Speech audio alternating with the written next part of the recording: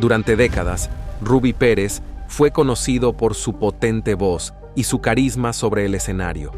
Sus baladas y merengues no solo llenaban salones de baile, sino que también parecían tener un extraño poder sobre quienes lo escuchaban. Lo que pocos sabían era que, tras aquel don musical, se escondía un misterio que lo perseguía desde su juventud. Todo comenzó en un pequeño pueblo de la República Dominicana, cuando Ruby aún era un joven soñador. Una noche, mientras caminaba por una antigua vereda rural después de un ensayo con su primera banda, escuchó un canto hipnótico que provenía del bosque. Era una melodía imposible, dolorosa y hermosa al mismo tiempo. Siguiendo aquella voz, encontró a una anciana vestida de negro, con ojos como carbón ardiente. «Tu voz es fuerte, pero vacía», le dijo la mujer. «Si deseas que el mundo te escuche, debes pagar el precio». Ruby, ambicioso y convencido de que el arte merecía todo sacrificio, aceptó sin pensarlo. La mujer le besó la frente y desapareció como el humo. Desde entonces, su voz mejoró como por arte de magia, resonante, profunda, casi sobrenatural. El éxito no tardó en llegar, pero con cada nuevo aplauso, con cada nuevo éxito, Ruby empezó a perder algo más. Primero, el sueño, luego, la paz, más tarde, los recuerdos. Con el paso de los años, Ruby comenzó a tener visiones en los camerinos. La mujer de negro lo miraba desde el espejo. A veces su reflejo cantaba por él. En otras ocasiones, sentía que no era él quien hablaba, sino una voz ancestral que usaba su cuerpo como instrumento.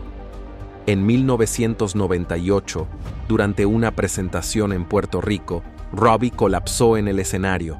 Mientras caía, el público juró escuchar un canto agudo y escalofriante, una nota que nadie había interpretado jamás. Aquel audio nunca fue encontrado en las grabaciones oficiales. A partir de entonces, Ruby se volvió más reservado. Comenzó a escribir un diario donde documentaba los sueños extraños que tenía, salones vacíos, aplausos sin público y una sombra que lo seguía llamando por su nombre real, uno que nadie conocía. En 2023, desapareció durante una gira por Centroamérica.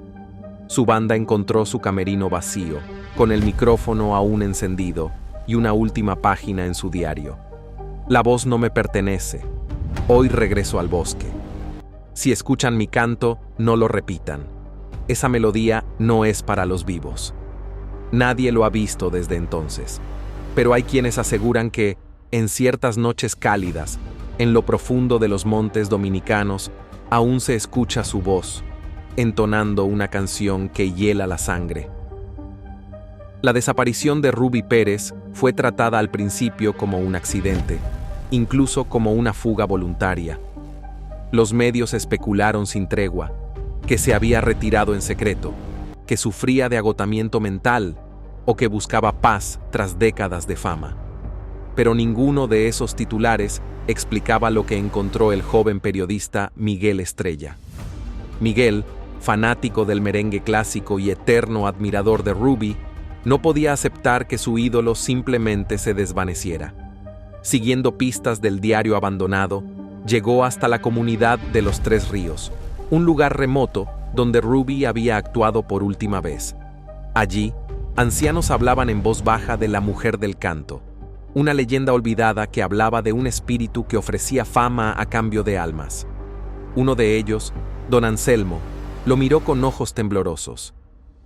«Él vino aquí. Lo vi con mis propios ojos. Caminaba solo hacia el monte, murmurando algo en un idioma que no era de este mundo. Esa noche, los animales guardaron silencio, y el viento cantó. Miguel, escéptico pero intrigado, decidió explorar el bosque. Durante 2 días se internó en la espesura. El tercer día encontró algo, una pequeña cabaña en ruinas, en cuyo interior yacía una silla vacía frente a un espejo. Sobre el espejo, tallado en madera antigua, había una inscripción: «La voz que no se calla canta desde adentro». Fue entonces cuando ocurrió. Desde lo profundo del bosque, un canto emergió. No era música humana, era algo etéreo, vasto, como si la tierra misma suspirara a través de miles de gargantas. Miguel sintió cómo su cuerpo se entumecía, no podía moverse, y entonces vio a Ruby, o al menos lo que quedaba de él. Una figura envuelta en sombras apareció entre los árboles. Sus ojos brillaban como dos notas sostenidas. Su boca no se movía, pero el canto continuaba. Era Ruby, y no lo era. Su voz lo había consumido, había trascendido la carne. Miguel cayó de rodillas. En su mente, una palabra se repitió, una y otra vez. Cántala. Despertó al amanecer, solo, con la cabaña derrumbada a su alrededor. Nadie le creyó al regresar. Lo tildaron de delirante. Sin embargo, no volvió a ser el mismo. Su voz, antes normal, ahora podía alcanzar tonos imposibles. Cada vez que hablaba, la gente se estremecía. Y por las noches, grababa melodías que no recordaba haber cantado. Hoy, Miguel Estrella vive en silencio. Se niega a hablar. Pero quienes lo han visto aseguran que a veces, cuando respira profundo, se oye una nota aguda salir de su garganta, como si otro estuviera cantando desde su interior. Dicen que Ruby Pérez nunca desapareció, solo cambió de cuerpo. Después de su experiencia en el bosque, Miguel Estrella se convirtió en un paria. Dejó el periodismo, se aisló del mundo y se comunicaba únicamente a través de notas escritas. Temía que, si volvía a hablar, el canto saldría solo, sin control, y terminaría por consumirlo, como a Ruby Pérez. Fue entonces cuando, una noche de lluvia, alguien tocó su puerta. Una mujer alta, de piel canela, ojos oscuros y cabello trenzado, se presentó como Lía Morel, etnomusicóloga y especialista en sonidos malditos. Sin rodeos, le dijo: «No eres el primero, ni serás el último, pero todavía puedes resistir». Lía pertenecía a una organización secreta llamada la Sociedad del Eco, formada por músicos, historiadores y científicos que investigaban fenómenos acústicos inexplicables. Habían rastreado el caso de Ruby Pérez desde los años 90, cuando empezaron a detectar anomalías en frecuencias durante sus conciertos, armónicos imposibles, vibraciones que afectaban las emociones humanas más allá de lo racional. «La mujer del bosque no es una leyenda», dijo Lía. «Es una entidad ancestral, quizás un espíritu, quizás algo más antiguo que el lenguaje. Usa a cantantes como portales, les otorga su don, pero se alimenta de sus almas a cambio. Lo de Ruby fue solo uno de muchos». Intrigado y desesperado, Miguel aceptó unirse a la sociedad. Lo entrenaron en técnicas para contener la voz dentro de sí. Cánticos de anulación, respiración ancestral, incluso silencios estructurados, espacios de tiempo que bloqueaban la energía de la entidad. Pero con cada día, el canto dentro de Miguel se volvía más fuerte. Entonces llegó la noticia. En un pueblo olvidado de Haití, un niño de 8 años había empezado a cantar en sueños. La melodía era la misma que Ruby había entonado aquella noche en el escenario, justo antes de desaparecer. Miguel y Lía viajaron allí, con un equipo de grabación y un ritual preparado. Pero lo que encontraron fue más aterrador de lo esperado. El niño no solo cantaba, sino que flotaba sobre su cama mientras dormía. Su voz era idéntica a la de Ruby Pérez. Cuando intentaron grabarlo, todos los dispositivos fallaron. Lía apenas alcanzó a tomar notas antes de que el niño despertara y sus ojos se tornaran completamente negros. Señaló a Miguel y con una voz que era todas las voces, dijo: «La canción debe continuar. Tu garganta es mi templo». Fue ahí cuando lo entendieron. La entidad no solo quería una voz, quería convertir el mundo en un solo instrumento. Cada vez que alguien cantaba la melodía, el espíritu se multiplicaba. Era un virus sonoro, una maldición melódica en expansión. Miguel decidió tomar una decisión extrema: regresar al bosque donde todo comenzó. Sabía que allí, en la cabaña, existía una grieta entre su mundo y el del canto maldito. Si podía contener el eco original, quizás, solo quizás, podría silenciarla para siempre. Esa noche entró solo al bosque, con una grabadora de carrete y una caja hecha de ébano y sal. Nadie sabe qué ocurrió exactamente, pero al amanecer, el canto cesó. En todo el Caribe, miles de personas que escuchaban la melodía en sueños despertaron en silencio. El niño de Haití volvió a ser normal. Miguel nunca regresó, pero un año después, un nuevo artista emergente dominicano rompió récords con su primer sencillo. Una voz imposible, potente, bella y extrañamente familiar. El título del tema, Canto Eterno. Canto Eterno. El joven artista dominicano que estremecía al mundo con su voz se llamaba Eloy Ventura. Tenía apenas 23 años y en pocos meses su canción Canto Eterno cruzó continentes, invadiendo listas de reproducción, telenovelas y sueños. Pero nadie sabía de dónde había salido Eloy. Su biografía era una sombra, sin entrevistas, sin redes sociales personales, solo una serie de videoclips estilizados donde su rostro apenas se mostraba completo. Siempre en penumbra, siempre cantando.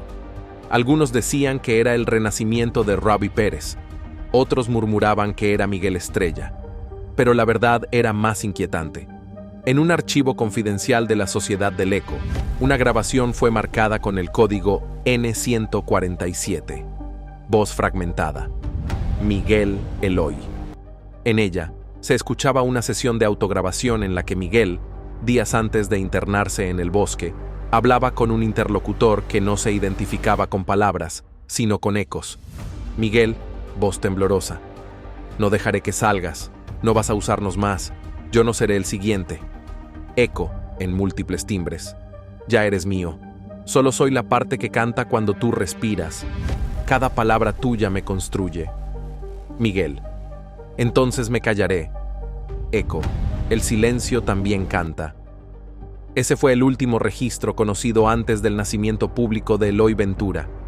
Lía Morel, tras años de investigación, concluyó que la voz había aprendido algo nuevo. Cómo fragmentarse y reencarnar a voluntad, utilizando los recuerdos de sus portadores como base para formar nuevas identidades. Eloy no era Miguel, no era Robbie, era un híbrido, una criatura compuesta por fragmentos de almas cantantes, un eco con forma humana. Lo peor vino después. Conforme la fama de Eloy crecía, comenzaron a surgir casos en distintas partes del mundo. Personas sin conexión aparente que despertaban con la capacidad de cantar como él, repitiendo las frases de Canto Eterno, incluso si nunca la habían escuchado conscientemente. Los médicos lo llamaron el síndrome del eco auditivo espontáneo. Pero Lía lo sabía, el canto se había liberado. Los efectos eran extraños y cada vez más profundos. Una mujer en Cuba cantó una nota durante 15 minutos antes de morir deshidratada, con una sonrisa de éxtasis. Un grupo de monjes en Colombia se encerró en voto de silencio tras empezar a oír melodías en los muros del monasterio. En Tokio, una banda de pop desapareció tras estrenar un remix de Canto Eterno. Lo último que se escuchó en su estudio fue un solo de voz, que contenía más de 17 tonos simultáneos. Lía, al borde del agotamiento, decidió tomar una medida desesperada: buscar el origen verdadero, no el bosque, no Ruby, sino la primera voz. Una leyenda antigua entre los griots africanos hablaba de un canto prohibido que nunca debía ser pronunciado completo, una combinación de sílabas que abría la puerta a una conciencia ajena. Ese canto, según textos perdidos, se transmitió oralmente por siglos, hasta llegar quizás a las islas del Caribe. Allí, olvidado en rituales, lo encontró la mujer del bosque. Y luego, Robbie. Lía partió hacia Mali, donde un anciano llamado Kouyaté, último descendiente de un linaje de contadores orales, le dijo: «Tú no puedes destruir la canción, porque la canción no es una maldición, es una advertencia, y nosotros no la cantamos para abrir puertas, sino para mantenerlas cerradas, pero alguien la cantó completa, y ahora la puerta ya está abierta». Eloy Ventura había alcanzado el punto más alto de su carrera. Sus conciertos eran eventos místicos. Miles de personas acudían no solo a escucharlo, sino a sentirlo. Algunos decían que lloraban sin saber por qué. Otros, que experimentaban recuerdos que no eran suyos. A medida que su voz se hacía más poderosa, sus recuerdos personales se desvanecían. No recordaba su infancia. No recordaba a su madre. No recordaba haber escrito Canto Eterno. En sus sueños, se veía frente a un mar negro. Desde el horizonte, voces lo llamaban, pero cada vez que respondía, un trozo de su cuerpo se transformaba en humo. Una noche, tras un concierto en Madrid, se encerró en su camerino y gritó al espejo: ¿Quién soy? Y el espejo respondió, no con palabras, sino con una imagen. Ruby Pérez, llorando en un bosque. Detrás de él, Miguel Estrella, escribiendo frenéticamente en un diario. Y al fondo, la mujer del canto, sonriendo. Eloy retrocedió, aterrado. Su voz temblaba. Por primera vez en su vida, se quebró. Fue ahí cuando Lía Morel lo encontró. Había seguido cada aparición de la melodía maldita. No sabía si enfrentaría a un monstruo o a una víctima. Pero al entrar al camerino, encontró a un joven hombre, de rodillas, susurrando frases en idiomas imposibles. Eloy, dijo ella suavemente, tú no naciste, fuiste compuesto. Eloy alzó la mirada. No tenía miedo en los ojos, tenía vacío. ¿Cuántas voces hacen una alma?, preguntó. Lía, con lágrimas contenidas, le explicó que él era un receptáculo, una amalgama de fragmentos de cantantes perdidos, atrapados en una melodía que se reescribía sola, como un virus. Él no era culpable, pero sí era el canal final, el coro que llevaría el canto al mundo entero. Si tú cantas la versión completa, el velo caerá, la entidad dejará de ser eco, se volverá cuerpo, usará el sonido como carne, la humanidad será su instrumento. Entonces tengo que callar. No puedes, no por mucho tiempo, pero hay una opción. Lía sacó una pequeña caja de metal negro. Dentro, un dispositivo rudimentario, una cápsula de frecuencia inversa, construida con registros sonoros de antiguos rituales. Si Eloy la usaba, destruiría la melodía, y consigo mismo. Eloy la tomó, cerró los ojos, y escuchó todas las voces dentro de él llorar. Ruby, Miguel, cantantes desconocidos, incluso la mujer del bosque, todos querían seguir cantando, porque cantar era existir. Si muero, ¿mueren ellos?, preguntó. No lo sé, respondió Lía. Pero si no lo haces, todos seremos parte del coro, para siempre. Esa noche, Eloy subió al escenario para su último concierto. Miles asistieron. El mundo entero miraba. Tomó el micrófono, cerró los ojos, y en lugar de cantar, activó la cápsula. Una onda inversa se liberó. Los altavoces estallaron, las cámaras se fundieron. Nadie recuerda qué pasó exactamente, solo que al amanecer, el estadio estaba vacío, y el canto había cesado. Por primera vez en décadas, silencio absoluto. Eloy nunca fue encontrado. Lía desapareció el mismo día. Pero una semana después, en una pequeña radio comunitaria de la República Dominicana, el apagón sonoro durante el concierto de Eloy Ventura fue interpretado por muchos como un fallo técnico masivo. Las grabaciones desaparecieron. Los asistentes no recordaban con claridad lo que ocurrió. Solo hablaban de una sensación, como si algo hubiera sido arrancado del aire. En los días siguientes, las estaciones de radio recibieron cientos de informes extraños.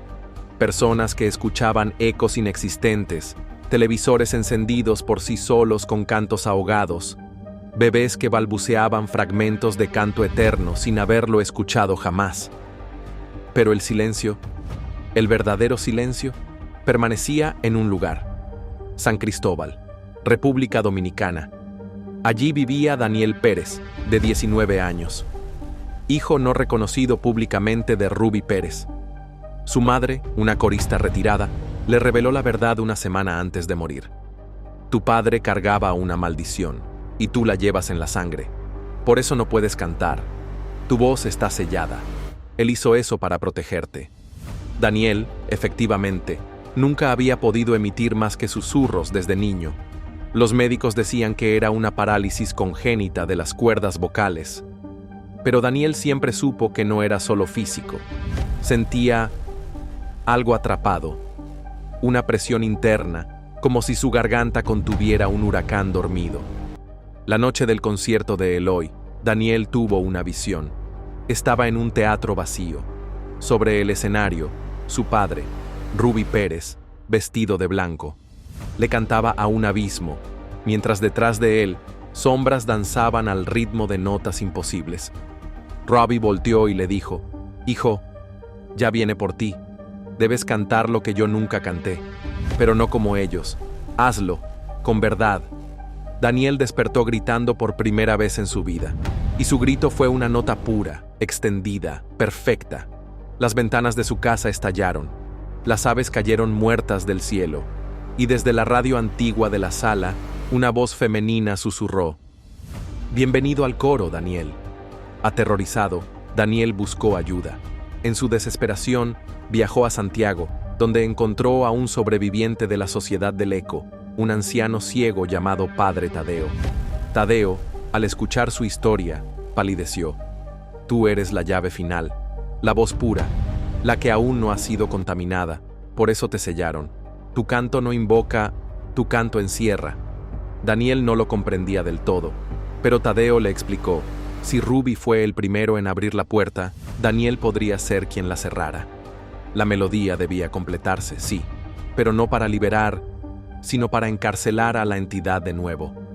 Solo alguien con sangre directa, pero sin haber cantado nunca, podía entonar el verso de clausura, verso de clausura.